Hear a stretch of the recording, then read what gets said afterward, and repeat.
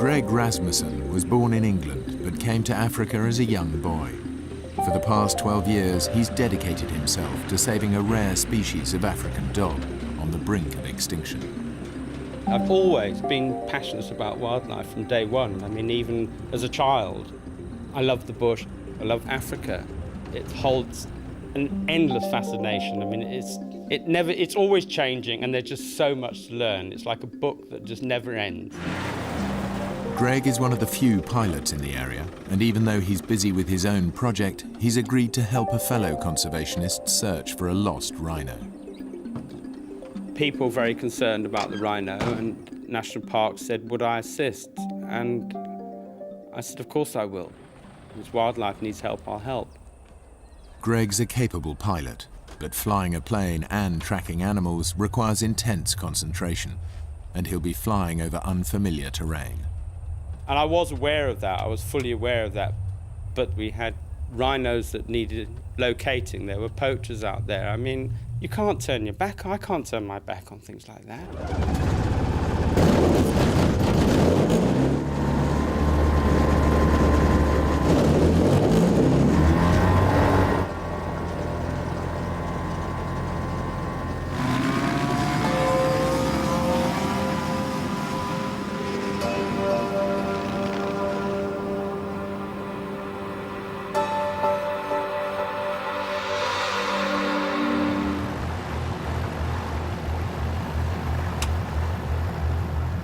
This was a very harsh, dry, rocky, rugged area. I'd never flown that area before, and I realized I was in a completely different territory. The rhino is electronically tagged, and in no time, Greg's tracking device picks it up. I just found it. I hadn't actually seen it, but I realized that it was alive by this movement signal. And I was just starting to circle out. And as I turned the plane, suddenly I went into something known as a wing storm. Literally, one wing's flying and one wing isn't. Suddenly I had this gut-wrenching feeling.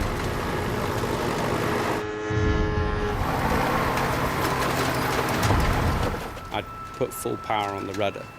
Pulling back on the stick, I was doing the right thing, and it wasn't working. And the plane started to go down in a spiral, and the ground were coming up pretty damn fast. And then there's a split second. You know you've passed the point of any return.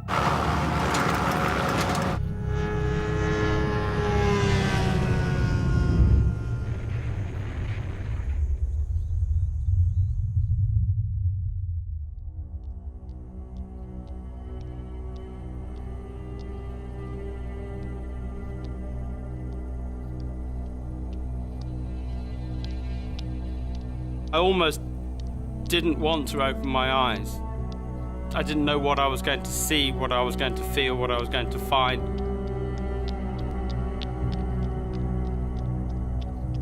I was totally dazed, stunned. And I was like, I'm alive. I'm alive. And at that second, petrol started dripping over me.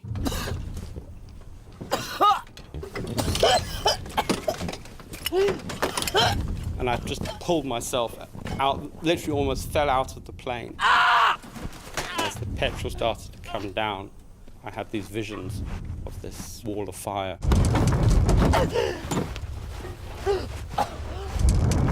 And I could just see myself being incinerated alive. And I knew my legs were doing nothing. I couldn't do anything with the legs at all, but I just had to get away from this plane. I mean, this thing was a nightmare now.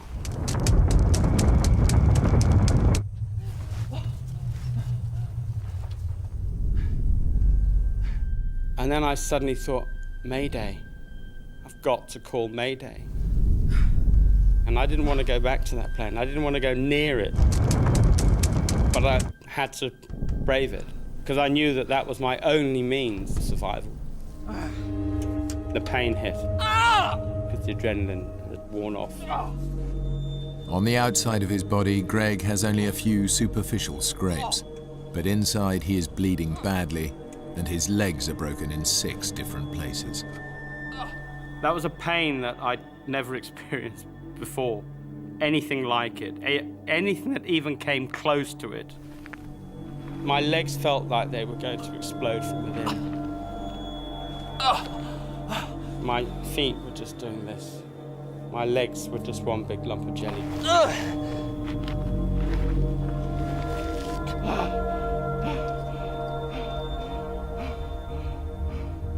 And I realized I had to stay in control. You know, I had to be in control of the situation, because if you lose control, that's it. I was going to be a goner.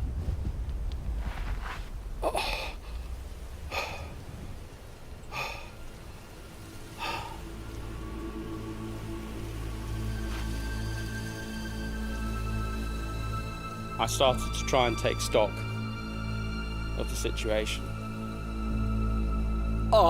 And it was quite a harsh reality.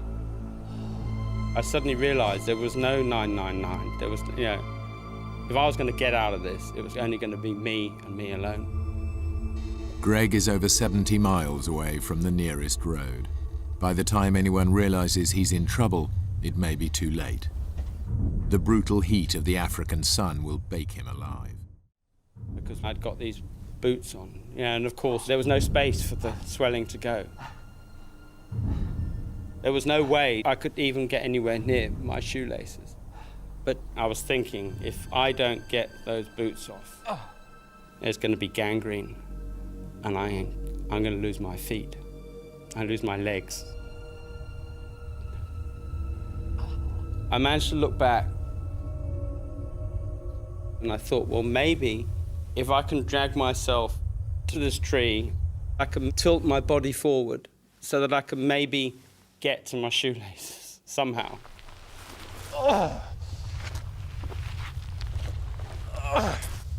wanted to stop that pain. Because, I mean, it was like my foot was exploding.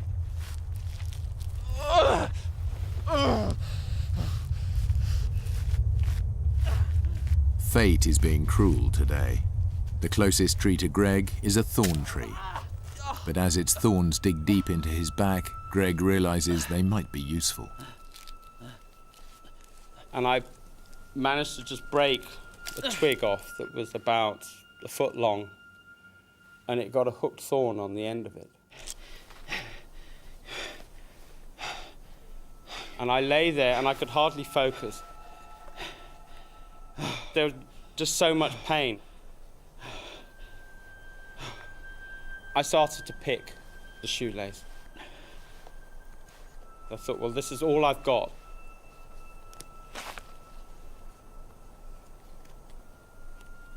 And I remember I had a little flashback to childhood, because I was always absolutely useless with shoelaces. I then realized I had one chance. If I pull and the knot doesn't spill, then I've blown it. That's that foot gone.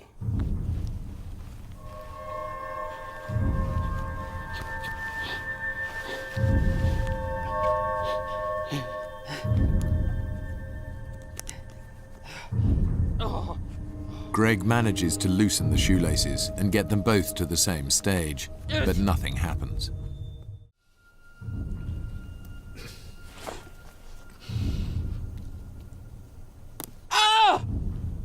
I had to remain as focused as I could.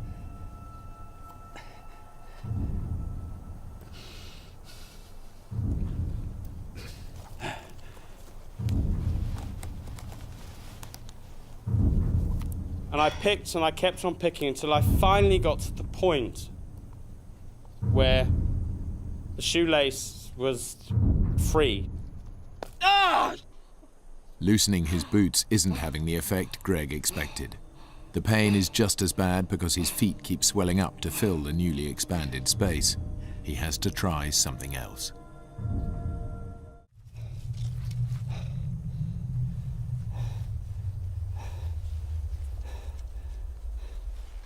And as I pushed and I bit,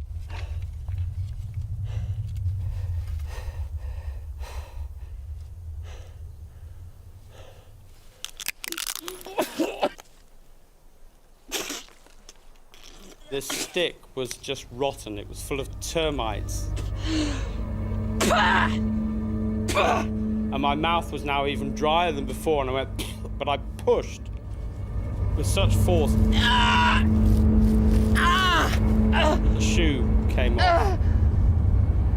And I just forced the other shoe off. And lay there.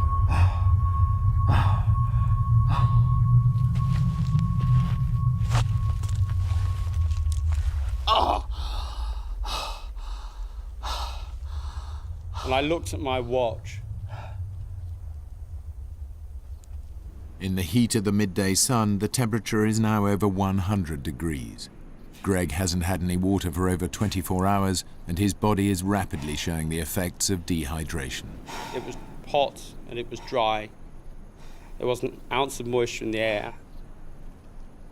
I hadn't drunk the whole day because an elephant had destroyed the water pipes in our area where I'd taken off from. It wasn't like feeling thirsty at all. It was almost like being tortured. Everything was just so dry, and your skin just didn't feel like skin anymore. There was no texture to anything. You know, you tried to touch with your tongue to touch the roof of your mouth. It just felt like it wasn't there. As Greg lies out in the open, a vulture, quick to sense a meal, lands on a nearby tree. With the temperature now hovering at 110 degrees, Greg is literally frying in the sun. As he drags himself towards the shade of his downed aircraft, his thoughts turn to other dangers that threaten his life. Being in the bush for so many years, you get to know absolutely every single noise. You know every footfall. You know which footfall belongs to which animal.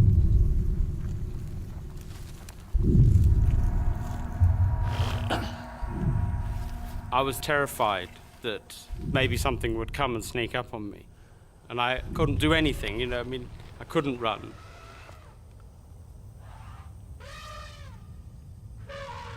And then I heard elephants, a whole herd. It is in fact an entire herd of elephants, and they're moving right towards him.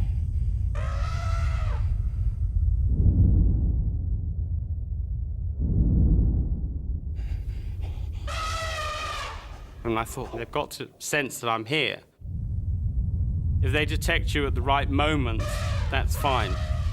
If they detect you too late, that's the scary bit. Because then you're in their attack distance. And I thought, if the wind is wrong and they don't detect me until the very last minute, that's when I'm in trouble.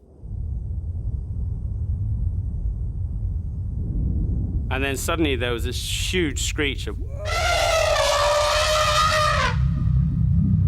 And I remember just thinking, oh no, please, just don't stampede. And I just had this absolute fear that I'm going to be trampled.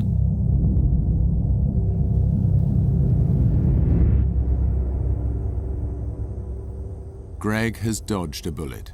The herd moves on away from him.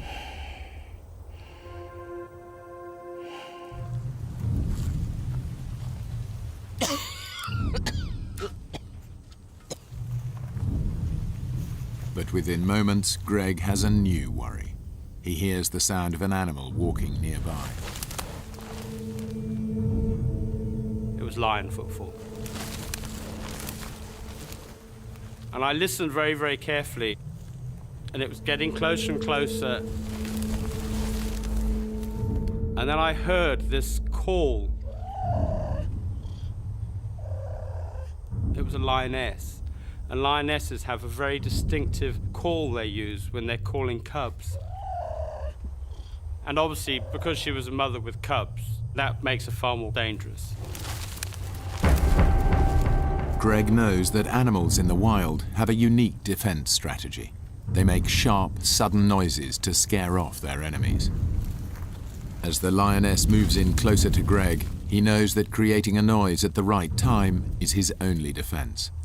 When he finally sees the big cat's silhouette, he makes his move.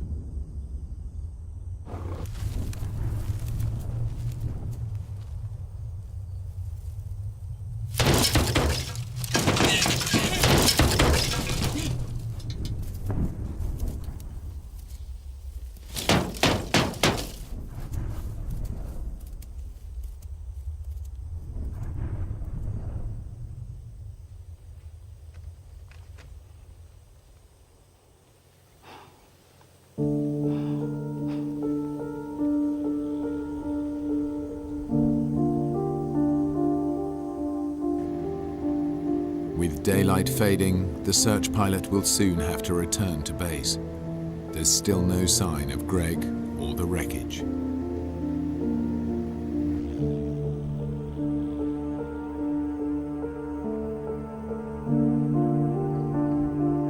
I heard the plane. And then I started to get almost excited.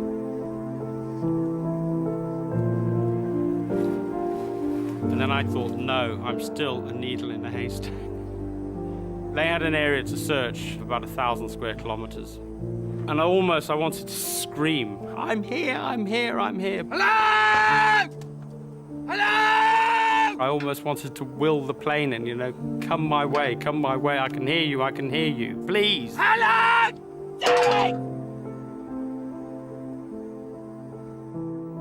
And then there was silence. I remember that silence now so well. It was killing. Nothing is going to happen now until tomorrow morning, at the very earliest. And I've got to start thinking about the night. And of course, as a biologist, you know the night is always a dangerous time anywhere.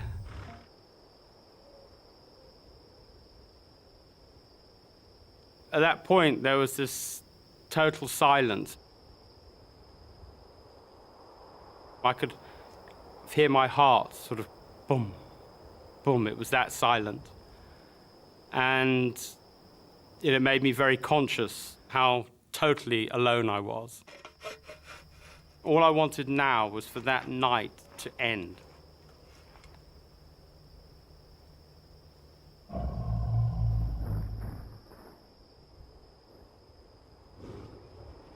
I had this nightmare that a hyena was going to come up behind me. I know what hyenas are capable of. Bone crushers, as they're also known. They've got the most powerful jaws of anything. I also know someone who was carted off by a hyena, and he was a fully able-bodied man, but he was sleeping and they dragged him away. That was the biggest scare of the lot, that a hyena might come up behind me.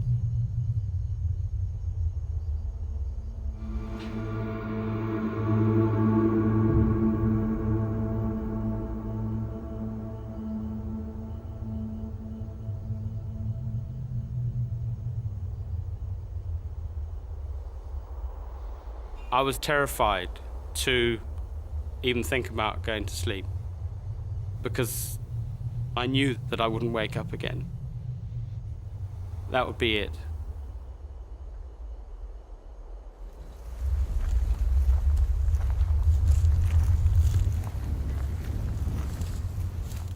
Then Greg's worst nightmare comes to life. Once again, he recognizes an animal by the sound its feet make when they touch the ground. He hears a hyena. And I thought, it's coming behind me. And it's going to come right in the worst spot. It's going to come round the back, which is where I really had absolutely no control.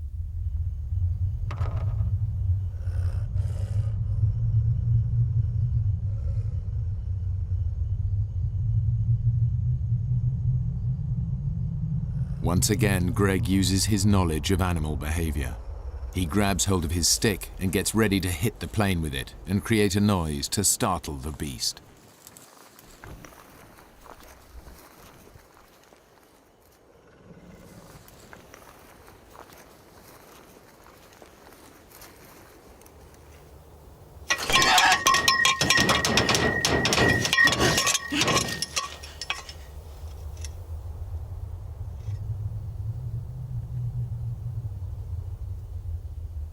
And I waited until it seemed like forever. I knew if something came one step closer, then would have meant that I'd failed. Then I heard this, like, just footfall, just getting less and less and less.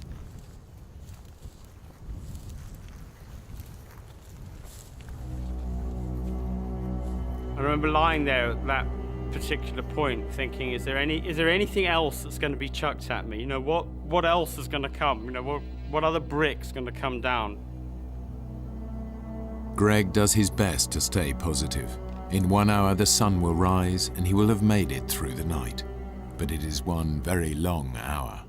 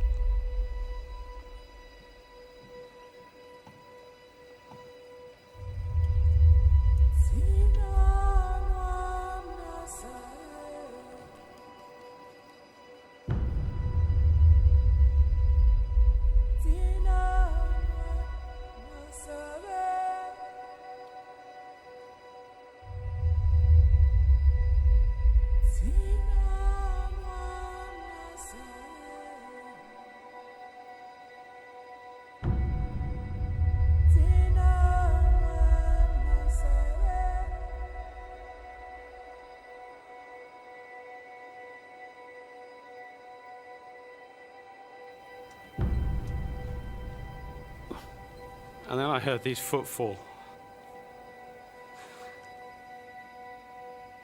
I can't describe.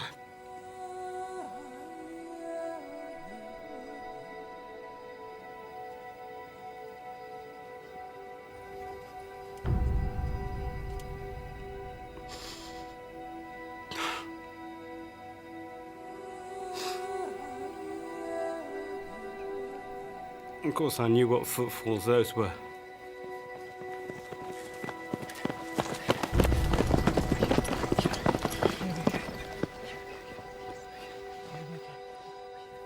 And among them was Peter. And I suddenly looked and I couldn't believe it, that was him. I couldn't even speak to anybody. And people were just saying, what happened? And I just had to say, wing, stall. And that's all I could say. It was really overwhelming. He'd survived. And it was sort of affirmation of my belief in him. The feeling that I wasn't going to die was just indescribable. I'd fought this and I'd won.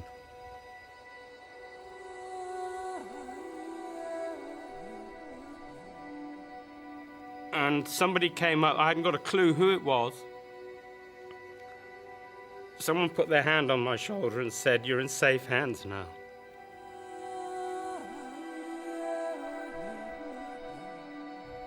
Since the accident, Greg has undergone more than 100 operations to save his legs. Through grit and sheer willpower, he has learnt to walk again. The crew were shooting the end sequence for the big-budget Hollywood thriller Sliver, in which a helicopter seems to descend directly into the Pu'u'o'o vent. Legend has it that the vent is home to the most powerful of all the Hawaiian gods, Madame Pei, and local superstition dictates that you pay homage to her by dropping a bottle of gin into the volcano, ensuring that no harm will come to you. Well, Chris had the bottle. I yelled to him, I said, "When we get over the volcano, I'll tell you when to throw it in." Chris, you set? Yeah.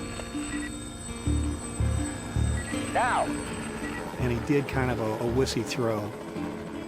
The air coming up out of the cone is pretty turbulent, and it caught the bottle and it kind of blew it back out, so it didn't actually make it in the cone. You totally missed. How could you do that?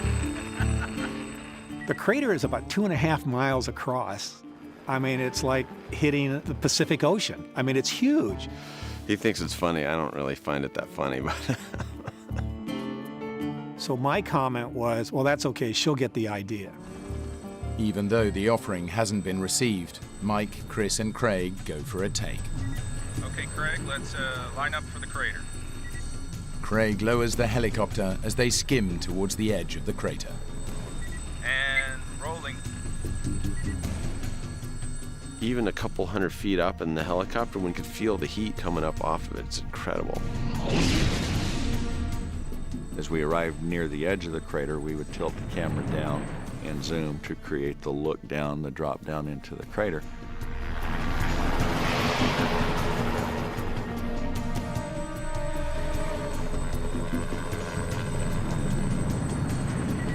And cut. Okay, Craig, take us down and we'll review that. Let's have a look.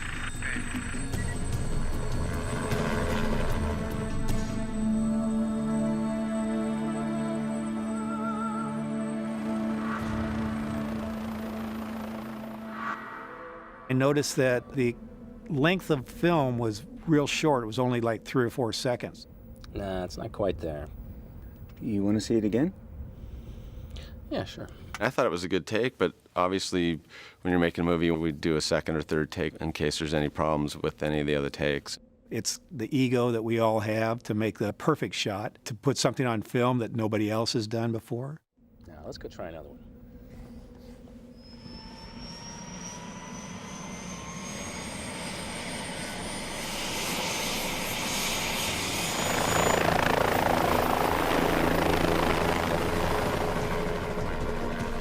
You feel when you're filming that nothing's going to happen, that you're encased in this piece of metal of a helicopter, and that it's kind of a safe zone. There is always the element of danger, but I've been doing it long enough that we never felt that we were putting ourselves out on a limb or anything. I get more concerned about the traffic in LA than I do about the traffic in the sky. Okay, Craig, for this next pass, I want to try and take it a little lower and a little faster, if that's all right. Roger that. We weren't doing stunt flying. It wasn't any acrobatic aerial work. It was pretty straightforward flying. And rolling. It might have seemed straightforward, but as the chopper passes over the crater rim, it experiences catastrophic engine failure. The first thing you hear and feel is the RPM decreasing. Usually in an engine failure, you have a quick deceleration. This, it was just kind of slowly spooling down. What's happening? There's a sound that beeps. I'll never forget that. The beep, beep, beep, beep. At that point, we're in kind of a whiteout where the plume comes up out of the cone. Oh man, no way. And then the next thing he said was, we're going down. And that's something you don't want to hear a pilot say ever. Sierra Hotel, engine failure, going down in the vent. Hang on! You get about a second or two of recognition, and then you go right into the emergency procedures. What made this one challenging was the choices I had to make about where to land.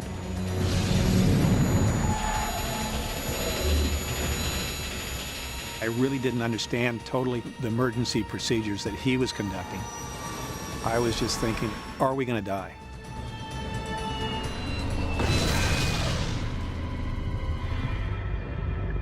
By a miracle, Mike, Chris, and Craig survived the crash, but their troubles are just beginning. They're surrounded by deadly pools of lava and choking in toxic gases. I wasn't even really sure where we were. I didn't realize we were inside the cone, inside the crater.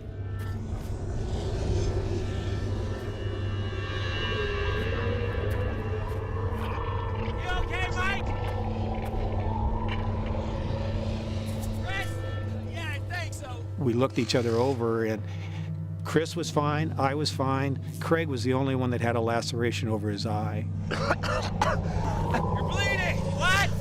You're bleeding! I'll get the first aid kit.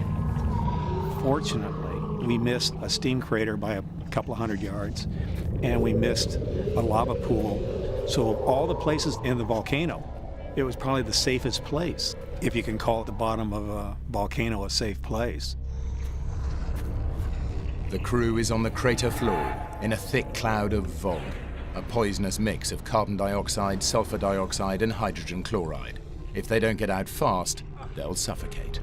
It had this terrible taste. When you had to take a breath, your lungs would burn. We're thinking that we've got to get out of here because we're going to have a difficult time in trying to get any fresh oxygen. We were probably about 50 yards from the existing lava pool, and it was hot on our feet. You hear it bubbling and gurgling and spitting.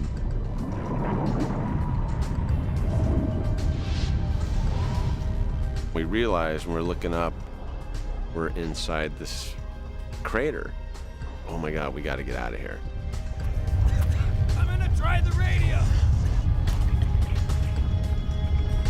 Mayday, mayday, mayday. Mayday, mayday, mayday. Can't get a mayday out. There's no power. The helicopter's electrical system has been destroyed in the crash. With no radio to call for help, climbing out is their only chance of survival. We kind of explored going to the north, but that was near the live part of the volcano, and the air was really horrible that direction. Hey, this isn't working. Let's try climbing up. All three of us were in excellent physical condition. We thought that we could scale out the 300 feet and make it to the top to get back to safety. The inside of the crater is like a bowl, so it's less steep at the bottom, and then as it goes to the top, it gets steeper and steeper until it's basically a 90-degree cliff. The first 100 feet or so were pretty easy. After that, it became deadly treacherous. Ah! If you've ever picked up a volcanic rock, they're just sharp like needles. As you pull up on it, it starts to crumble and break away. As we're doing this, you're hot and you're sweaty from expelling all this energy.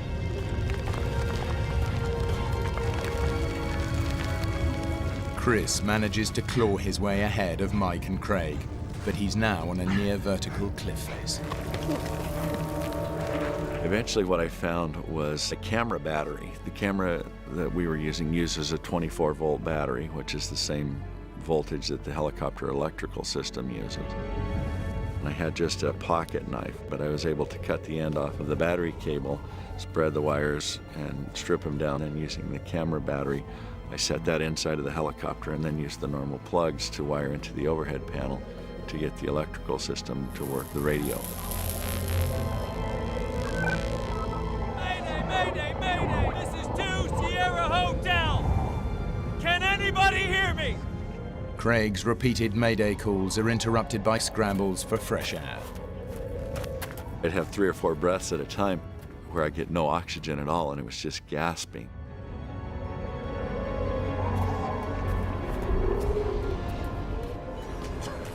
I then waited probably at that point in and out of consciousness.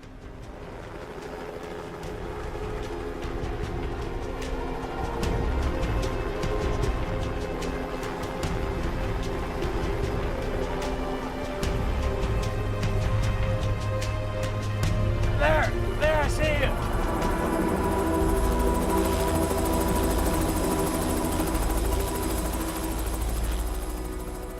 I was able to get on the skid, and I believe with probably the last ounce of energy I had in this earth, I was able to pull up and get into the backseat of the helicopter.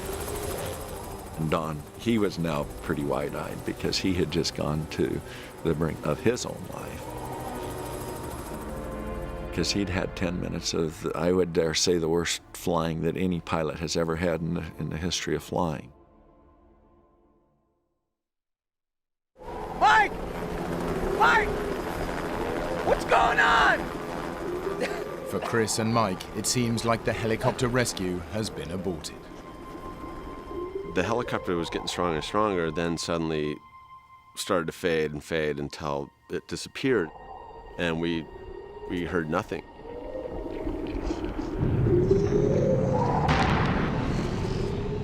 The temperature inside the volcano begins to plummet. Mike and Chris are now in grave danger of succumbing to hypothermia. It's starting to get a little cooler. It's cold. Our throats were constricted, and it was hard to talk. I thought we were going to suffocate if we had to stay in there overnight. As well as having difficulty breathing, Mike and Chris are also suffering from dehydration.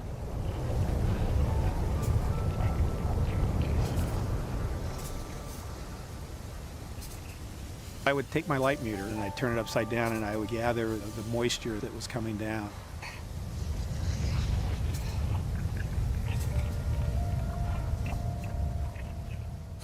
It tasted like sulfur, and it was just a vile, disgusting taste. As darkness sets in, Chris has given up any hope of ever seeing a rescue party. I was soaking wet, and I was shivering. I wasn't even sure the rock I was sitting on was stable and that was going to hold me all night. Finally, the rescue team returns.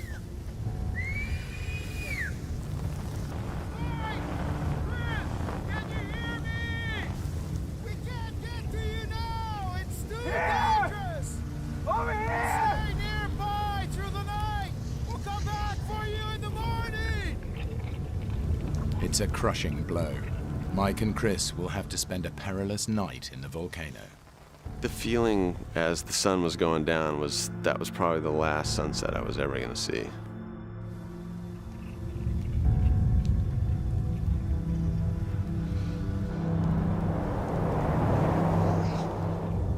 It was really difficult to breathe. It was really difficult to keep my eyes open for more than a few seconds at a time, so I just kind of made a little tent out of my sweatshirt and just tried to breathe, shallow breathing.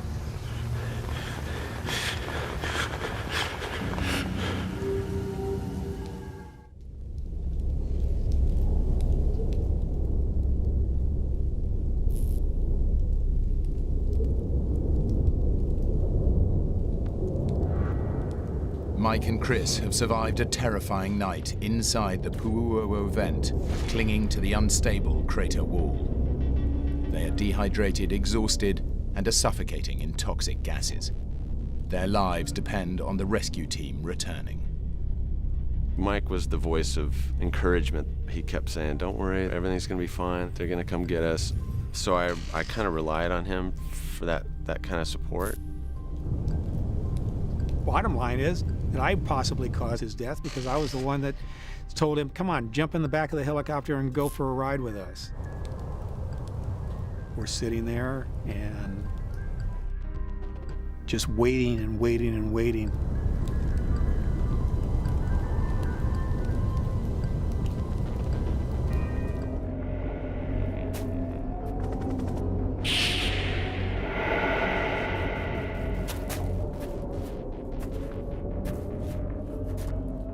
The rescuers had left some cones in a trail, so I caught onto that. And I came upon their base camp where they had stayed that night. But nobody was there, it was empty. The unpredictable weather has not only stopped the rescue mission, it's forced the team completely off the volcano.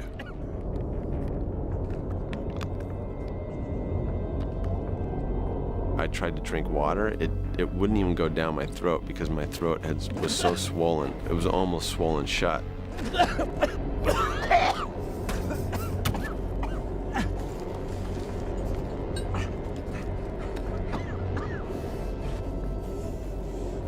There were oxygen tanks with masks, so I immediately put a mask on, and I just figured I would hike until somebody found me or I'd find the highway or something.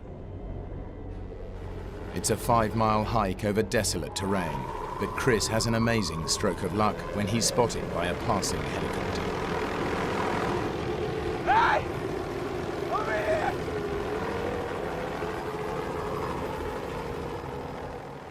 As soon as they grabbed my arms, my whole body went completely limp. Like I almost fell over. They had to actually carry me from that point to the helicopter. My body just shut down.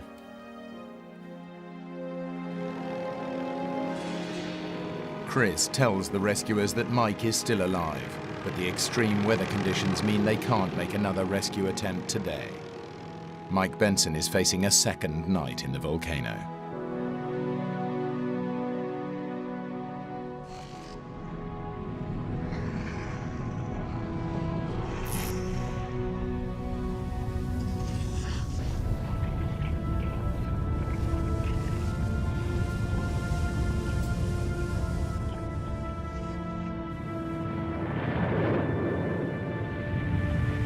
I was by myself, thinking that I'm the last survivor of this horrendous ordeal in this volcano. And I kind of just gave up hope for a while. I just thought that the only peace that I would get would be if I just passed away quietly.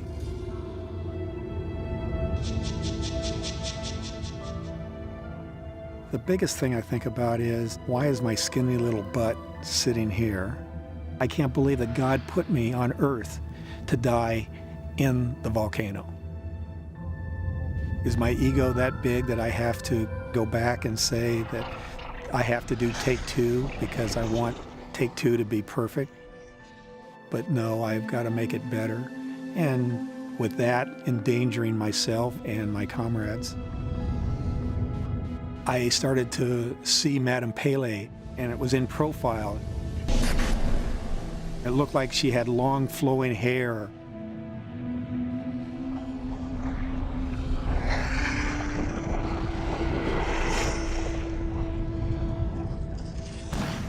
Probably around 3 o'clock in the morning, I felt like that there was nobody supporting me, nobody around.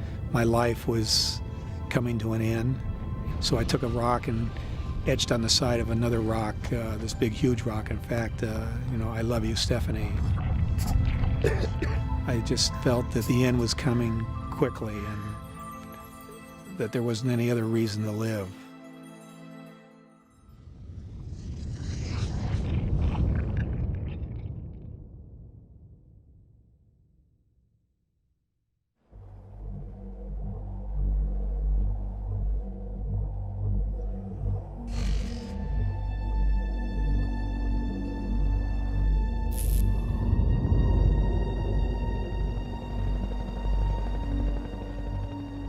Having survived a helicopter crash, Mike Benson has spent a second night in a live volcano. Both his colleagues have escaped, but Mike believes they're dead. 2 previous ground rescue attempts have failed, so Mike's film company hire another helicopter pilot to attempt another radically different aerial rescue.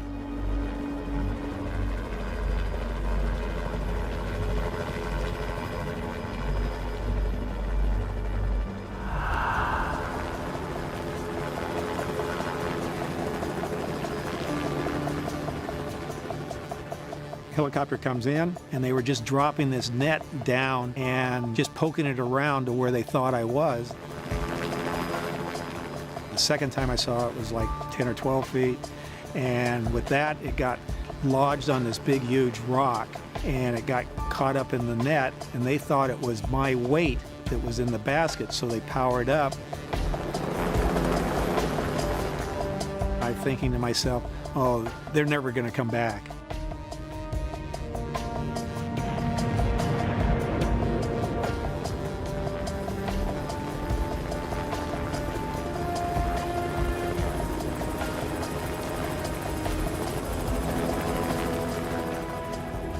This time it's like about 10 feet, maybe 9 feet in front of me out in the middle of space.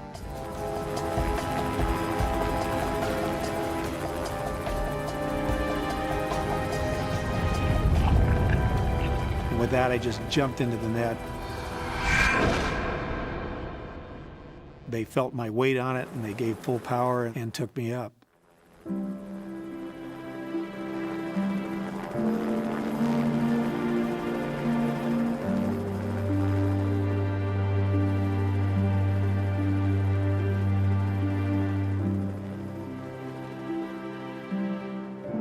could see blue sky above me, and I could see some edges of the volcano. And as we were going past, I remember yelling back to Madame Pele, "I won, you lost." Believing that he is the sole survivor of the crash in the volcano, Mike Benson is flown to the base camp to be reunited with his wife, Stephanie.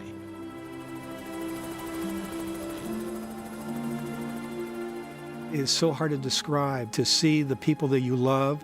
Then out of the group, I see Craig come walking in, and then I realized that they hadn't died.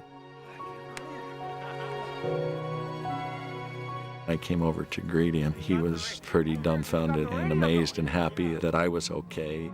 I just couldn't believe that he survived another night in that pit. I was so glad to be alive that I could literally have run a 5K. I had this much adrenaline being pumped into me.